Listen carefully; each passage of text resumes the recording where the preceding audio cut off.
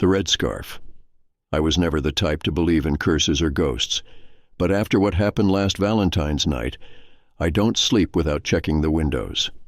I don't walk alone, and I never ever pick up anything I find on the ground. It was snowing heavily, the kind of winter night where silence presses down on you, thick and endless.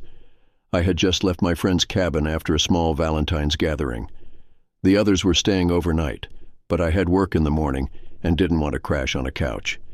The road home was a narrow path through the woods, barely visible under the fresh snowfall. I pulled my coat tighter, my breath coming out in short clouds, and tried to ignore the feeling that I wasn't alone. Then I saw it. Lying on the snow ahead of me was a red scarf, a deep blood-red shade, stark against the white. The way it was stretched out, perfectly placed in the middle of the path, made it feel deliberate. Like someone wanted me to see it.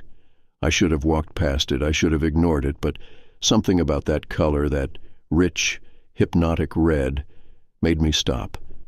It felt familiar. I reached down and picked it up. The fabric was warm. Not just from the cold of my fingers, it was warm like someone had just been wearing it. A slight shiver ran down my spine. That's when I noticed the note tucked into the folds. It was a small, yellowed piece of paper. The handwriting was delicate, almost hesitant, as if whoever wrote it had been shaking. "I'm so glad you came back, love." My stomach twisted. I turned the note over, looking for anything else, and my breath hitched when I saw the name at the bottom. It was mine. The snow seemed to press in around me, the silence suddenly unbearable. My heart pounded in my ears. Someone was messing with me. A stupid joke. One of my friends, maybe.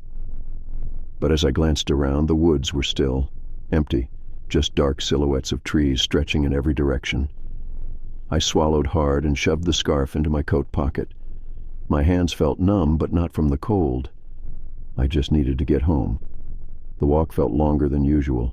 Every crunch of snow under my boots made me flinch. I kept glancing over my shoulder, convinced I would see something moving between the trees. The scarf in my pocket felt heavier than it should have. My jacket suddenly smelled different, like roses, but not fresh ones. The scent was faded, mixed with something metallic. By the time I reached my house, my fingers were trembling too much to fit the key in the lock. I finally forced the door open and slammed it shut behind me. My breathing was unsteady, my pulse drumming in my ears.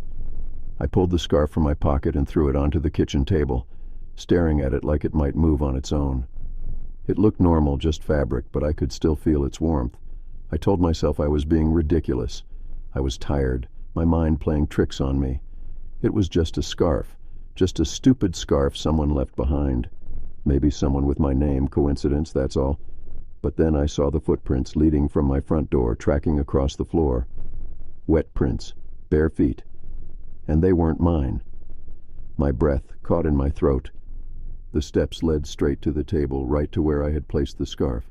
My entire body went cold. I had locked the door. I was alone. Wasn't I? A soft sound made my stomach drop. A whisper, barely audible. I turned sharply, my eyes scanning the dimly lit room. Nothing, just the hum of the fridge, the faint howl of the wind outside. My fingers clenched into fists. Maybe the snow had melted from my boots in an odd pattern. Maybe my mind was running wild. Then the whisper came again, closer. "You came back." The air left my lungs in a sharp gasp. I turned, grabbing the scarf in a panic, shoving it back into my coat. I didn't know why, but the sight of it made my skin crawl. I had to get rid of it. The fireplace. I ran to the living room, heart hammering, and threw the scarf into the flames. The fire roared higher, swallowing the fabric. Relief washed over me. It was gone.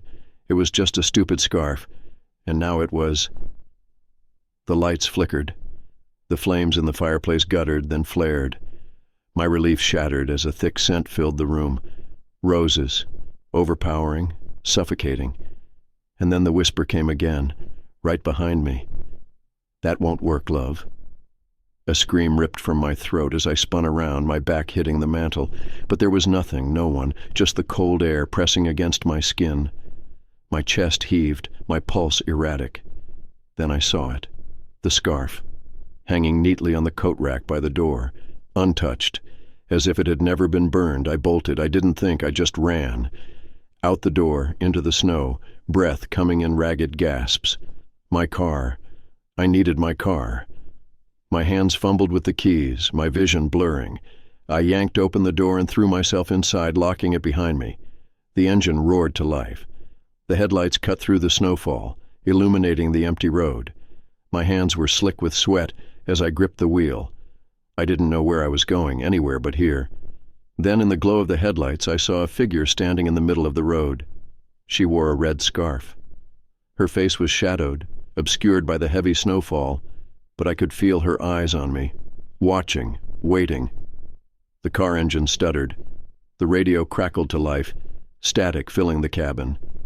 And then, through the interference, I heard it. "You came back, love." The last thing I remember is the sound of my own screams. They found my car the next morning, the driver's side door wide open, engine still running. The snow around it was undisturbed. No footprints, no sign of a struggle. Just one thing left on the seat. A red scarf. Story number 2, The Last Reservation. I should have known something was wrong the moment we stepped inside. The restaurant was too quiet. Not the kind of cozy quiet where couples whisper sweet nothings over candlelit dinners, but an eerie, suffocating silence, the kind that presses against your ears and makes your skin prickle. Snow had been falling heavily all evening, covering the streets in a thick, untouched blanket. We had driven nearly an hour through an empty highway just to get here, this exclusive hidden gem restaurant my boyfriend Eric had found online. He wanted something special for our first Valentine's dinner together, a night just for us. No crowds, no distractions, just good food and a beautiful view of the frozen lake behind the building. The place had no sign outside, just a single lantern flickering in the snow. I had questioned it, but Eric had smiled, squeezing my hand. "Trust me," he said. I wish I hadn't. The moment we stepped in, the door creaked shut behind us with a finality that made my stomach knot. A single waiter stood near the entrance, dressed in an old-fashioned black suit with white gloves. His face was long, pale, with sunken eyes that didn't seem to blink. "You're our last reservation," he said in a voice that barely carried. "Follow me." He led us through the dimly lit space, where every table was neatly set for 2, yet all were empty. The candles flickered even though there was no draft. The air smelled of something faintly sweet, almost metallic, like flowers left to rot. When we sat down, Eric grinned, oblivious to the weight pressing down on my chest. "See? Told you it'd be private." I forced a smile, but something felt wrong. There was no sound of a kitchen, no distant clatter of plates or murmured conversation, just the quiet scrape of the waiter's shoes against the wooden floor. He placed 2 menus in front of us, but when I opened mine, there were no prices. Just courses listed in a delicate cursive font. Appetizer, memories of the first meeting. Main course, the most painful goodbye. Dessert, regret served cold. I stared at Eric, expecting him to laugh, to say this was some elaborate themed dining experience. But he just looked at the menu, his face paling. His hands trembled slightly before he placed the menu down. I don't get the joke," he muttered. The waiter returned, holding a bottle of red wine. He poured 2 glasses, the liquid thick and dark, almost syrupy. "A special pairing," he said softly. "Best enjoyed without hesitation." I glanced around the room again. No kitchen doors, no other staff, no sound of wind or snowstorm outside. The windows showed the frozen lake, but I swore something moved beneath the ice, something dark shifting just below the surface. Eric cleared his throat. I think we'll just start with water." The waiter's lips curled into a small, knowing smile.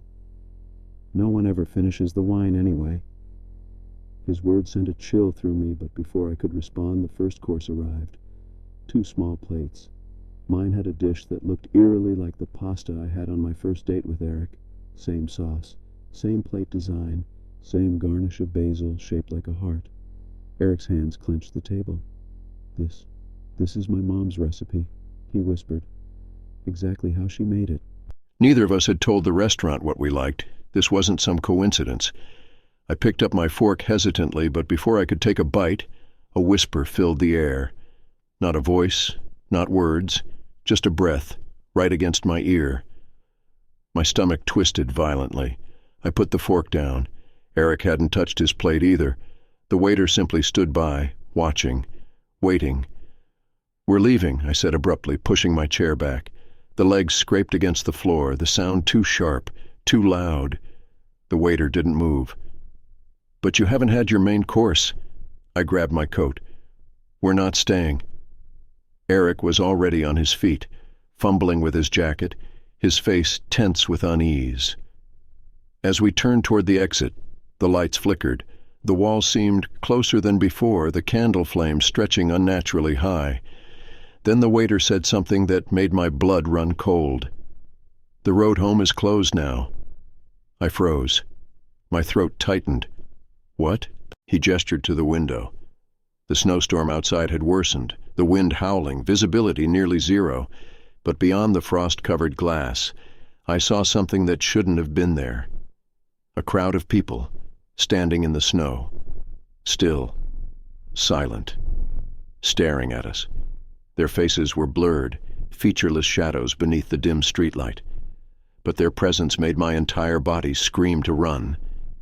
Eric grabbed my wrist. "We're going." We bolted for the door, shoving it open, stumbling into the freezing night. The figures in the snow didn't move, they didn't follow, they just stood there watching. I fumbled with my phone, hands shaking. No signal, no service. The car was buried in snow, almost as if it had been there for years. Eric was muttering under his breath. "This isn't happening, this isn't happening." I turned back to the restaurant. The windows were dark, the flickering candles had gone out. But the door was wide open, and the waiter was standing in the entrance, his silhouette unnaturally tall against the darkness inside. "You forgot your dessert," he called out, his voice barely above a whisper. Something in his hands gleamed under the dim light. A silver tray. On it was a single frozen heart. Not chocolate, not candy. A real human heart, ice-crusted, veins still visible. The whispers returned, curling through the wind, a chorus of unseen voices. "You were the last reservation." The figures in the snow suddenly moved, all at once, a sharp jerking step forward. Eric grabbed my arm, pulling me toward the woods. "Run." I didn't look back. I didn't want to see what would happen if we stayed. We crashed through the trees, the branches clawing at us, the wind deafening. I don't know how long we ran, but eventually the night swallowed the whispers, the shadows, the restaurant. When we finally reached the main road, panting, bruised, covered in frost, a truck driver spotted us and pulled over. We told him about the restaurant, about the waiter, about the figures in the snow. He frowned. Then, slowly, he shook his head. "There's no restaurant like that out here," he said. "Not for years, burned down a decade ago." Eric and I turned, expecting to see the distant glow of candles, the outline of the eerie little building. But there was nothing. Just untouched snow, a frozen lake, and an endless empty road, and the faintest scent of something sweet in the air. Roses. We never spoke about that night again, but sometimes when I close my eyes, I still hear the whisper, right against my ear. "You were the last reservation." Story number 3, Snow Angel. The snow was untouched when we arrived, a perfect unbroken blanket stretching across the empty field. The air was sharp, freezing enough to bite at my skin through the thick layers of my coat. It was supposed to be a quiet Valentine's getaway, just me and Emily, alone in the mountains, away from the noise of the city. She had always loved the snow, and I loved watching her lose herself in it, laughing, spinning, leaving behind those delicate, fleeting imprints in the ice. That's why, when she let go of my hand and ran ahead, I let her. Her laughter rang through the silence, warm against the cold. "Come on," she called back, already dropping onto her back, her arms and legs sweeping through the fresh powder. A snow angel. I stood there for a moment, watching her carve her place into the white. The wind whistled through the trees, a low, mournful sound.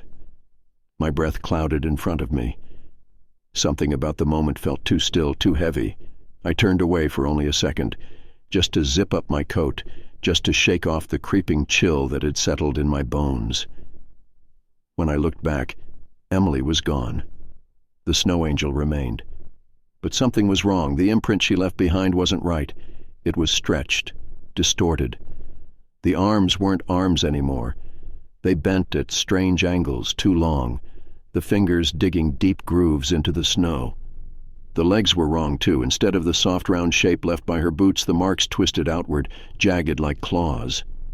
My stomach dropped. Emily. My voice cracked, the name swallowed by the wind. I took a step forward. The air felt heavier, too thick. The snow around the angel was undisturbed. No prints leading away. No sign that she had gotten up and walked off. I should have run then. I should have turned and never looked back. But I fell to my knees beside the imprint, touching the place where she had been. The snow was freezing, wet against my gloves. And deep inside the hollow shape, the ice had turned red. Something was moving beneath the snow. I scrambled back, my breath a sharp, ragged gasp. The ice shifted, cracked, as if something was pressing up from underneath. A whisper slid through the wind, soft and distant. Not Emily's voice. Something else. Something wrong. Then the snow angel moved. The impression in the ice twisted, the grooves shifting, widening, the arms bent further outward, the legs stretched, and then slowly the head of the imprint turned toward me. I staggered to my feet. My vision blurred, my pulse hammering in my ears. It wasn't possible. It wasn't real. I had to be seeing things. Emily was just... she had just...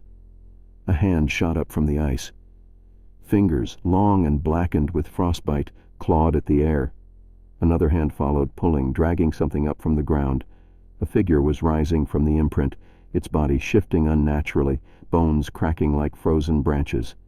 It wasn't Emily. Its face was hollow. A gaping, stretched mouth. No eyes, just empty black sockets. And yet I knew it was looking at me. It lurched forward. The snow beneath it caved in, as if the ground itself had opened up. My legs finally obeyed me, and I ran. I didn't think, I didn't breathe, I just ran. The snow was deep, my feet slipping, sinking, but I didn't stop. The trees blurred past me. The wind howled, a voice buried inside of it, whispering my name. Something was behind me. I could hear it, the soft crunch of footsteps, but wrong, like they weren't above the snow, but inside it. The cabin was close. I could see the lights glowing through the storm, a beacon in the endless white. My boots hit the wooden steps. I lunged for the door, fumbling with the lock. My fingers were numb, shaking. Then just as I got the door open, I heard it. Laughter. Soft. Lilting. Familiar. Emily's laughter. I turned. She stood there in the snow. Not far, just at the edge of the tree line, her red scarf trailing behind her in the wind. She smiled at me. Tilted her head, her blonde hair dusted with frost. Relief flooded my chest. I almost collapsed. "Emily," I breathed. Where did you go?" She didn't answer. She just lifted one hand, curling her fingers toward me in a slow, beckoning motion. Something inside me screamed not to move. The wind shifted. The snow at her feet was untouched. No footprints. No sign that she had ever walked there at all. My relief turned to ice. Emily never wore a red scarf. The door slammed shut behind me. The lights flickered, then went out. I don't remember moving. I don't remember anything but the crushing darkness and the sound of my own heartbeat slamming in my ears. When the power came back an hour later, I checked outside. The snow was smooth, undisturbed. No footprints, no scarf, just the snow angel. Still there, still wrong. And this time, there was more than one. I never found her. The police searched for weeks. The rescue teams combing through the mountains, the frozen lakes, every possible path she could have taken. Nothing. No sign of a struggle. No tracks. Just the endless, untouched snow. They think she wandered off. that she fell through the ice somewhere, her body buried beneath the cold. But I know the truth. She never left. She's still out there, watching, waiting. Every time it snows, I see the angels in my yard. And every time, they're getting closer. Story number 4. The Stranger in My Photo Album. I never liked looking at old pictures. Something about them always unsettled me. The way they froze time, trapping a moment forever, even when the people in them were long gone. But when my mother passed away last winter, I had no choice. Someone had to go through her things, and since I was an only child, that someone was me. It was snowing hard the day I found the album. The attic was freezing, dust floating in the dim light as I pried open the old wooden chest where my mother had stored all her keepsakes. Among the yellowed letters and brittle newspapers was a leather-bound photo album. I didn't recognize it. It wasn't like the other albums she had, the ones filled with happy memories of birthdays and family vacations. This one looked older. Curious, I opened it. The first few pages were harmless. Baby pictures of me, my mother holding me in the hospital, my father grinning beside us, pictures of our old house long before we moved. As I flipped through, a strange feeling settled in my stomach. There was something off about the photos, something I couldn't put my finger on at first. Then I saw him. In a picture of my first birthday party, there was a man standing in the background. He wasn't smiling. He wasn't part of the celebration. Just standing there near the back fence, his hands in his coat pockets, head slightly tilted. His face was blurred, the way people look when they move too fast for the camera to catch them properly. But I could tell he was looking at me. I turned the page. Another photo, this time from my 5th birthday. The same man farther back near the trees, almost hidden in the shadows. Still watching. I flipped faster, my hands suddenly unsteady. Christmas, 1998. I was in front of the tree, unwrapping a present. Through the window behind me, in the reflection of the glass, was the man. He was in every single picture. My breath hitched. This wasn't normal. It wasn't possible. I stared at the photos, heart pounding. Who the hell was he? Why had I never noticed him before? I dug through the chest, searching for answers. Nothing, no letters, no notes, no explanation for the stranger, who had apparently been there my entire life. A chill ran down my spine. I grabbed my phone and took a picture of one of the photos, zooming in on the man's face. It was still blurred, still wrong, but the closer I looked, the more certain I became of something. He wasn't getting older. From my first birthday to my graduation, he was exactly the same. Same coat, same blank stare. I slammed the album shut, my pulse racing.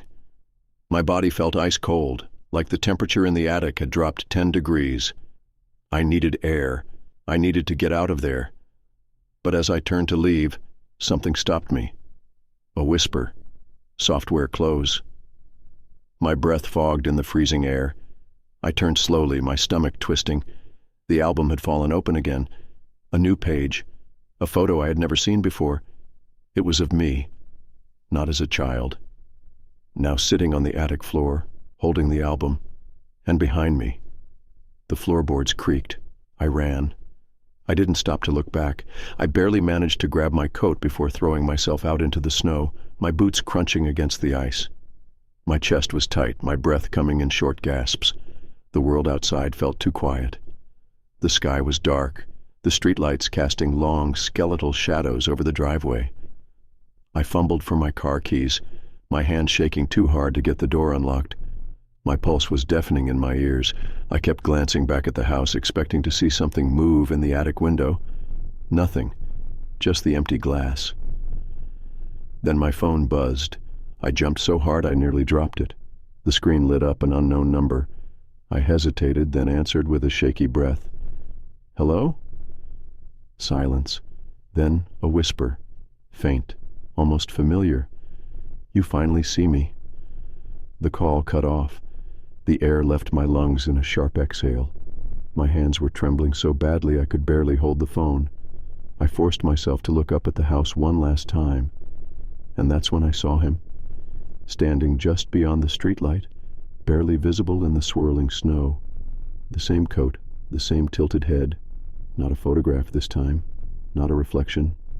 He was real, and he was waiting. I left that night and never went back. The house, the album, everything, I let it go, moved to a new city, started fresh. But sometimes, when I walk past a reflective surface, I swear I see him, just standing there, watching. Story number 5. The Gift That Bled. The box was waiting for me when I got home. A small, perfectly wrapped package sat on my doorstep, a bright red ribbon tied neatly around it. Snow had collected on top, undisturbed, as if it had been placed there just moments before I arrived. No footprints, no delivery truck driving away, just the box. I hesitated. I hadn't ordered anything. It wasn't my birthday, and Valentine's Day.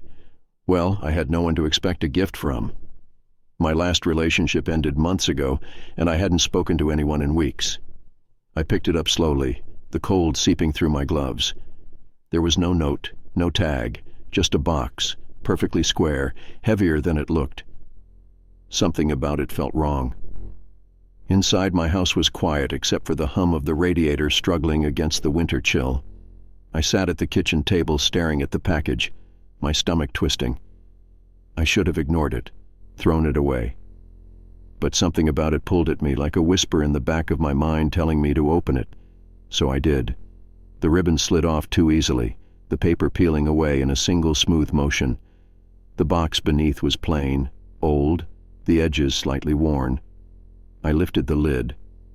Inside, nestled in black velvet, was a heart-shaped locket. It was beautiful, delicate, the gold chain coiled like a sleeping snake. I should have been relieved. It was just jewelry. But the moment I picked it up, something dripped from the clasp, dark red, thick, wet blood. I jerked back, my chair scraping against the floor. The locket swung in my grip, leaving a small crimson smear on my fingers. My breath hitched. This wasn't normal. This wasn't a prank. It was still dripping, fresh, like it had just been pulled from... I dropped it back into the box. The blood smeared across the velvet, soaking into the fabric. My stomach twisted. The metallic scent clung to the air, stronger now. I grabbed my phone, my fingers trembling, ready to call someone. But then I noticed something else. There was a small note at the bottom of the box, pale paper, folded neatly. My name was written on the front in elegant slanted handwriting. My pulse pounded in my ears. I swallowed hard, unfolded it with shaking hands. Wear it, love. It's yours. A cold shiver ran down my spine. I dropped the note. My heartbeat slammed against my ribs. This wasn't normal. This wasn't some mistake. Someone knew my name. Someone had sent this to me. The wind howled outside, rattling the windows. The room suddenly felt too small, too dark. I grabbed the box, shoved it back shut, and ran to the door. I was going to throw it away. But the moment my fingers touched the handle, something knocked from the other side. A sharp, deliberate rap. I froze. The wind wasn't strong enough to make that sound. And through the peephole, the porch was empty. No footprints in the snow. No sign that anyone had ever been there. My breath came too fast. My skin felt too tight, stretched over a fear I didn't fully understand yet. I turned the lock, stepping back, heart hammering. Another knock, this time closer. Not at the door. From inside the house. I spun around, my chest locking up. The kitchen was empty, the hallway dark and silent, but I heard it. A soft tap, tap, tap. From the table. The box was moving. The lid lifted slightly, like something inside was pushing against it. A tiny creak as it shifted, sliding half an inch across the wood. I couldn't breathe. And then the locket chain moved. It slithered, slow and deliberate, like it was alive, unfurling itself from the box. The clasp clicked open on its own. The heart locket twitching, trembling, the blood inside it still fresh, still wet. A whisper curled through the room. Software close. Put it on. I staggered backward, shaking my head, my mouth too dry to scream. My fingers dug into my palm, nails biting into skin. I had to get out. I had to. The lights flickered. The room dimmed, shadows stretching impossibly long. The walls felt too close, the air thick and heavy. And then I saw it. A reflection in the kitchen window. A figure standing behind me, tall, motionless, watching. I didn't turn around. My body screamed to run, but I couldn't move. My breath came in ragged gasps, my vision blurring. My hands clenched at my sides, fingernails digging into flesh. The figure took a step closer. The whisper came again, curling against my ear like a breath. "Wear it, love. It's yours." A cold, wet touch brushed against my neck. I bolted. I don't remember getting to my car. I don't remember driving. The snow-covered streets a blur as I sped away from that house, from that thing, from the locket that still sat on my kitchen table, waiting. I checked into a motel, locking every door, every window, leaving the lights on. My hands wouldn't stop shaking. The phantom touch still burned against my skin. I didn't go back, not for days. And when I finally did, when I forced myself to return in the light of day, the house was exactly as I left it, except for one thing, the box. It was gone. No bloodstains on the table, no trace that it had ever been there, just the faintest scent of something metallic in the air. And when I stepped back outside, when I finally turned to lock the door behind me, there was something in the snow, a single red ribbon curled neatly on the porch, waiting. Story number 6. The couple in the window. The first time I saw them, I thought it was a reflection. We had booked the cabin for a romantic Valentine's getaway, a secluded place in the mountains surrounded by thick forests and untouched snow. It was the kind of retreat where the world outside didn't exist, where there was no Wi-Fi, no cell service, just a crackling fireplace, warm blankets, and the quiet company of the person you loved. It was perfect. Or at least, it should have been. The first night after dinner, we stood by the large window watching the snowfall. The glass stretched from floor to ceiling, reflecting the soft glow of the fire behind us. I wrapped my arms around Daniel's waist, resting my head against his shoulder, our reflections standing together in the glass. But then, something shifted. My breath caught. The reflections weren't quite right. At first, I thought it was a trick of the dim light, the flickering flames playing games with the glass, but when I looked closer, my stomach turned. The couple in the window wasn't us. Not exactly. They were standing in the same position, yes. The woman had my hair, my build, wearing the same thick sweater. The man was Daniel's height, his posture identical. But their faces were wrong. Their smiles were too wide, too stiff, and their eyes, they weren't watching the snow. They were looking at us. I turned quickly, my pulse hammering. Nothing. The cabin was just as it had been, warm and silent. I let out a shaky breath, forcing myself to laugh. "Guess I'm just tired," I muttered. Daniel squeezed my hand. "Long drive. Let's get some sleep." But as I stepped away, the reflection didn't move. I barely slept that night. The wind howled through the trees, and every time I closed my eyes, I saw them. The couple in the window, standing just a little too still, smiling just a little too wide. The next morning, I avoided the glass. I told myself I had imagined it, that exhaustion was making me see things. But when I reached for my phone on the nightstand, my fingers closed around something else, a piece of paper. The handwriting was delicate, slanted, and unfamiliar. "You look so much happier here. Stay." My throat tightened. I shook Daniel awake, my hands trembling as I shoved the note at him. "Tell me you wrote this." He blinked at it, groggy. "What? Number where did—" His voice trailed off as he sat up, suddenly alert. Neither of us had brought a pen. The windows were locked. The doors were bolted. No one had come in. The rest of the day I couldn't shake the unease clinging to me. Every time I walked past the window, I felt them watching. I didn't look. I wouldn't. But that night, I didn't have a choice.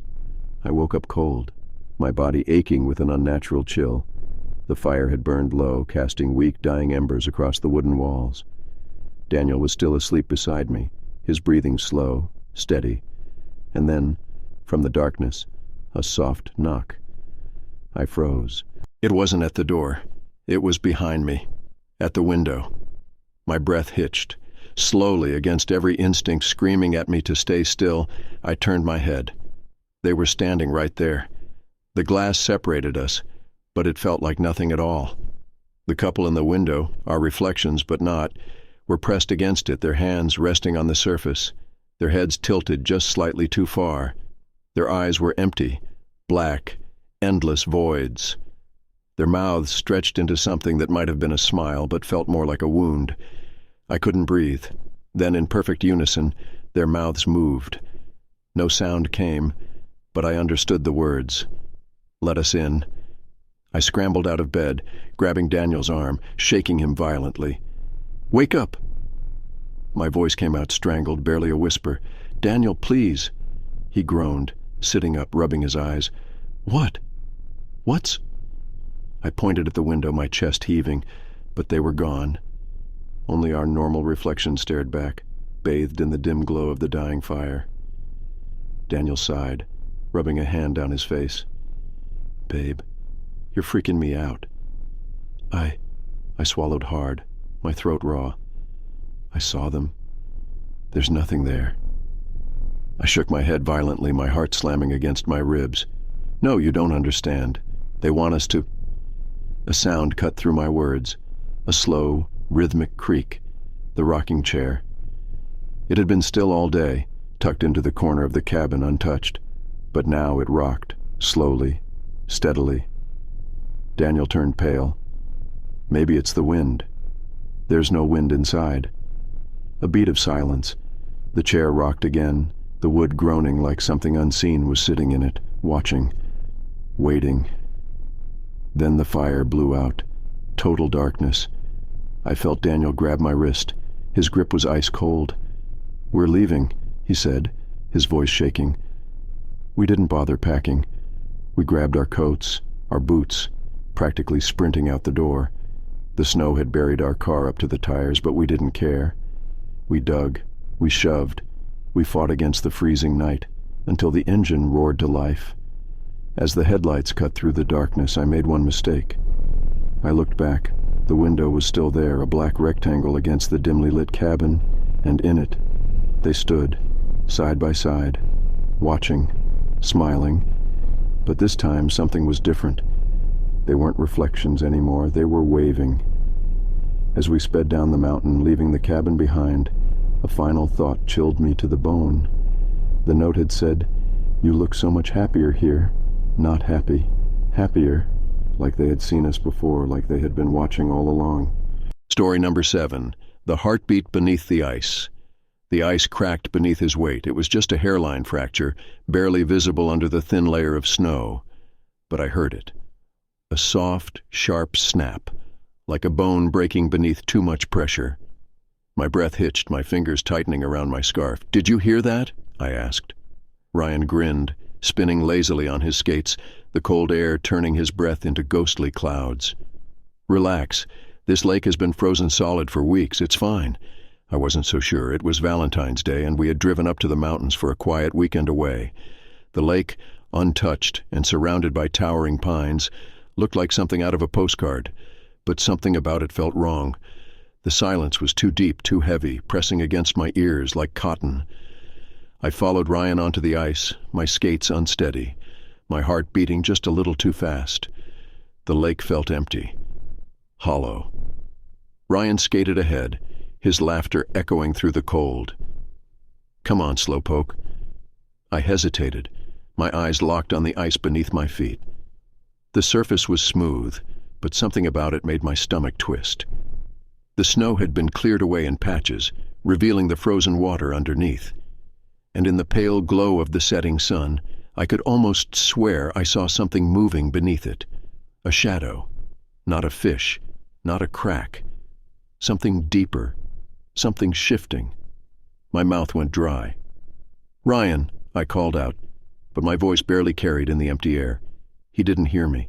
He was already halfway across the lake, arms stretched wide like he owned the world. Then the noise came again.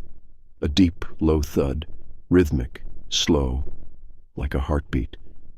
I froze, my pulse hammering. The sound wasn't coming from the trees, wasn't coming from the wind. It was coming from beneath the ice. Ryan finally turned, his brows furrowed.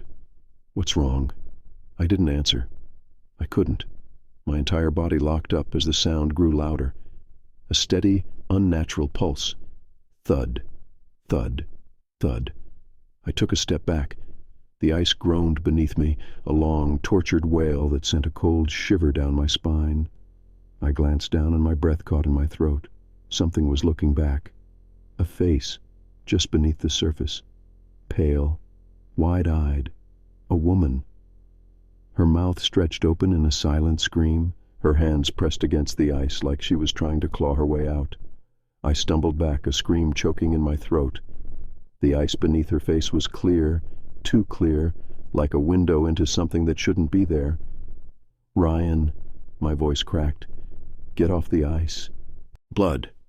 I scrambled back, my pulse a frenzied drumbeat in my ears. Then Ryan's voice, software almost distant, behind me. "Babe?" I turned so fast my vision blurred. He was standing at the edge of the lake, dry, perfectly fine, too fine. His clothes were untouched, his hair neatly in place, his skin pale, almost translucent in the dimming light. "Ryan?" My voice was barely a whisper. He smiled. "What are you waiting for?" Something deep inside me screamed to run. I glanced back at the ice. The woman was gone, the cracks had disappeared, but the blood was still there. I forced myself to look at him again. His smile hadn't changed. It was wide, unmoving, unnatural. Then I noticed something else, his reflection, or rather the lack of one. I stumbled back. "You're not..."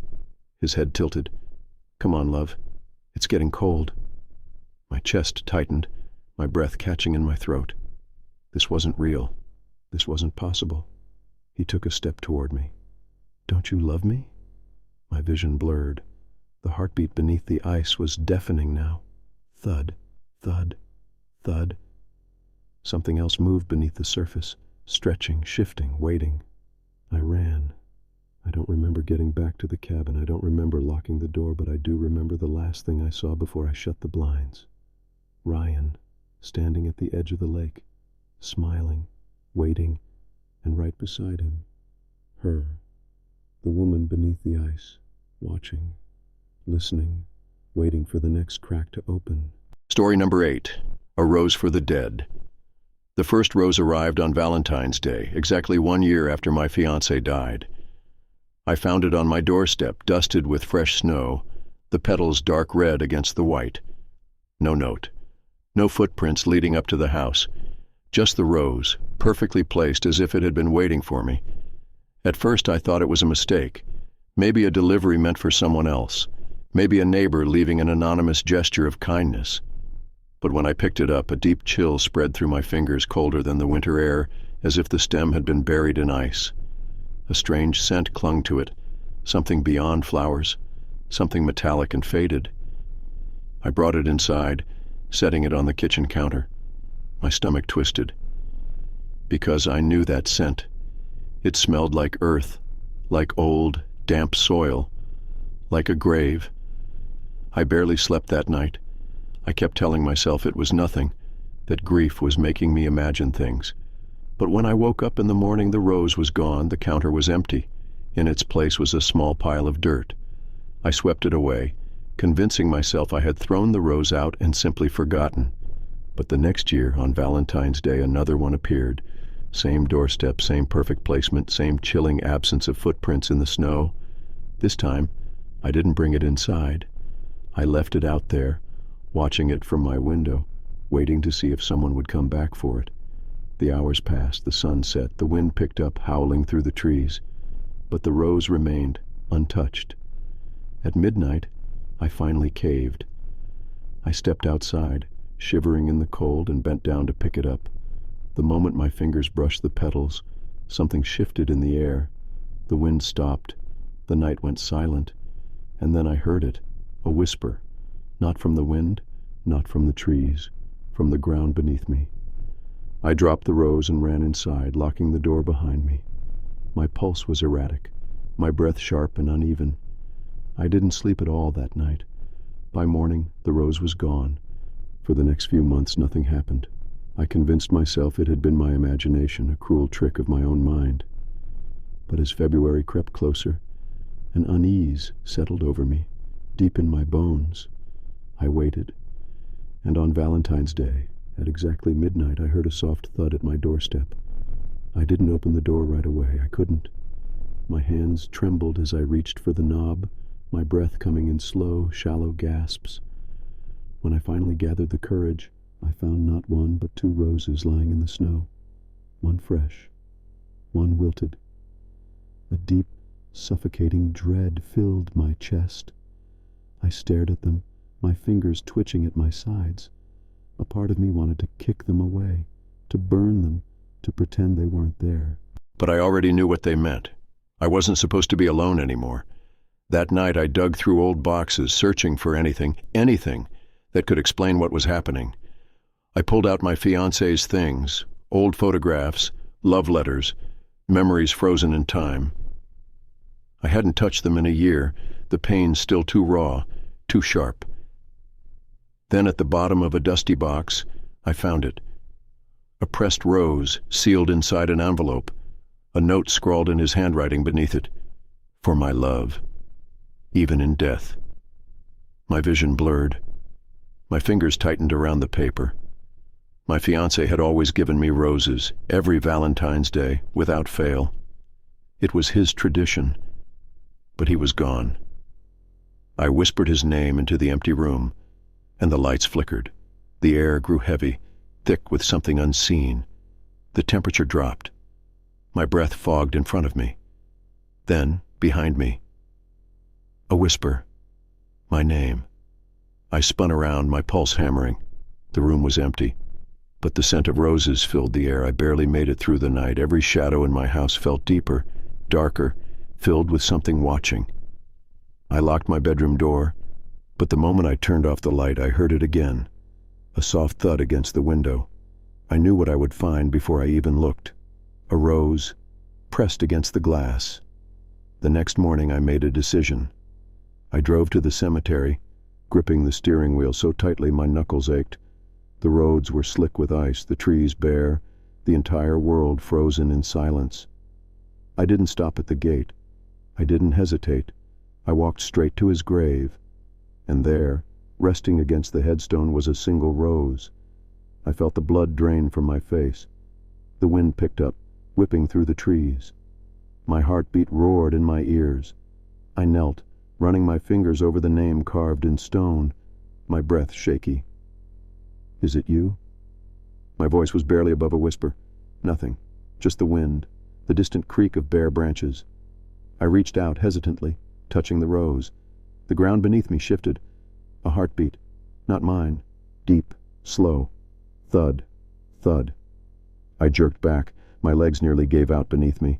The grave moved. The heartbeat grew louder. I stumbled away, gasping. The world tilted, the snow beneath my feet feeling too soft, too unsteady. I turned, running, nearly slipping on the ice, my pulse a frantic drumbeat. I didn't stop until I was back in my car, the doors locked, my breath ragged. I stared at the grave through the windshield. The rose was gone. I don't know how I made it home. I don't remember driving. But when I stepped onto my porch, my heart nearly stopped. The roses were waiting. 3 now, 1 fresh, 1 wilted, and 1 completely blackened. I don't open my door at midnight anymore. I don't check my windows when I hear a soft thud against the glass, but no matter what I do, every Valentine's Day, the roses come back, and every year, there's 1 more. I don't know what happens when they run out. I don't want to find out. Story number 9. The Man in the Snow. The first time I noticed the footprints, I was halfway home. Snow had been falling all evening, covering the streets in a thick, untouched blanket. The world was quiet, the kind of silence that only comes in winter, when even the wind holds its breath. I had just left a small Valentine's dinner with friends, deciding to walk the short distance home instead of calling a cab. It was only a 10-minute walk. I told myself I needed the fresh air, but halfway through I saw them, footprints, fresh ones, right next to mine. My steps slowed, my breath turning to mist in front of me. I glanced over my shoulder, expecting to see someone behind me, but the street was empty. The footprints stretched beside mine, perfectly aligned, as if someone had been walking next to me the whole time. I turned forward again, my pulse speeding up. Maybe I hadn't noticed someone earlier. Maybe they had walked ahead, turned a corner, disappeared into a house, but as I kept walking, the footprints kept pace with mine. Perfectly. I stopped. They stopped. The air felt heavier, pressing down on my skin. My fingers twitched in my coat pockets. I took another step. So did they, but there was no one there.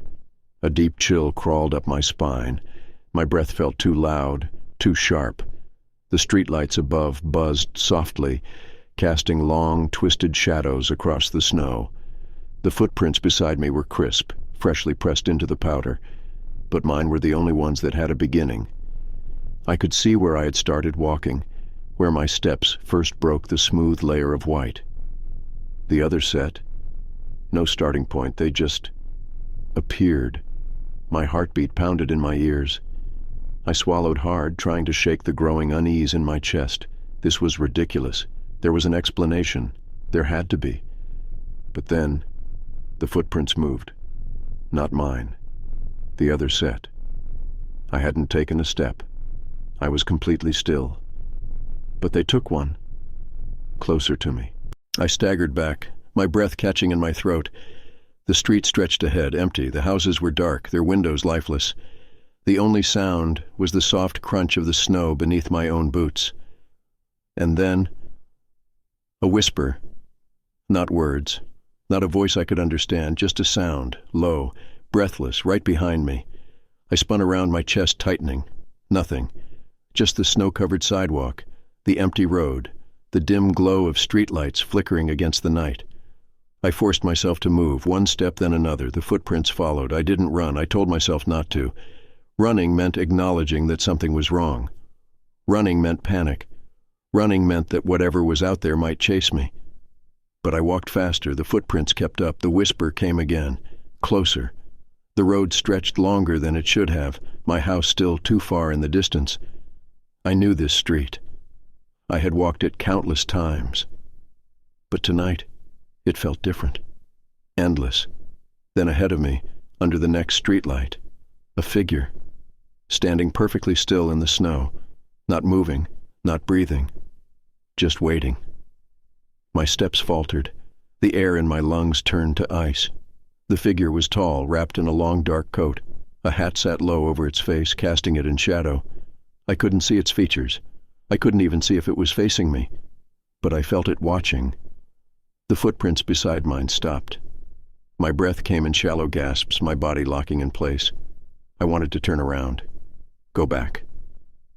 But I knew if I did, it would be behind me, watching, waiting. I forced myself forward. Past one house, then another. The figure didn't move. The wind whispered through the trees, low and hollow. The streetlight above flickered, the shadows stretching. Then, it took a step toward me. I ran. I don't remember the last stretch home. My vision blurred, my heartbeat thundering in my ears. I fumbled with my keys, my hands slick with sweat despite the cold. The moment I got inside, I slammed the door shut, locking it, bolting it, every part of me shaking. Silence. Nothing but the sound of my own breath. I didn't dare look out the window. I didn't want to know if it had followed me.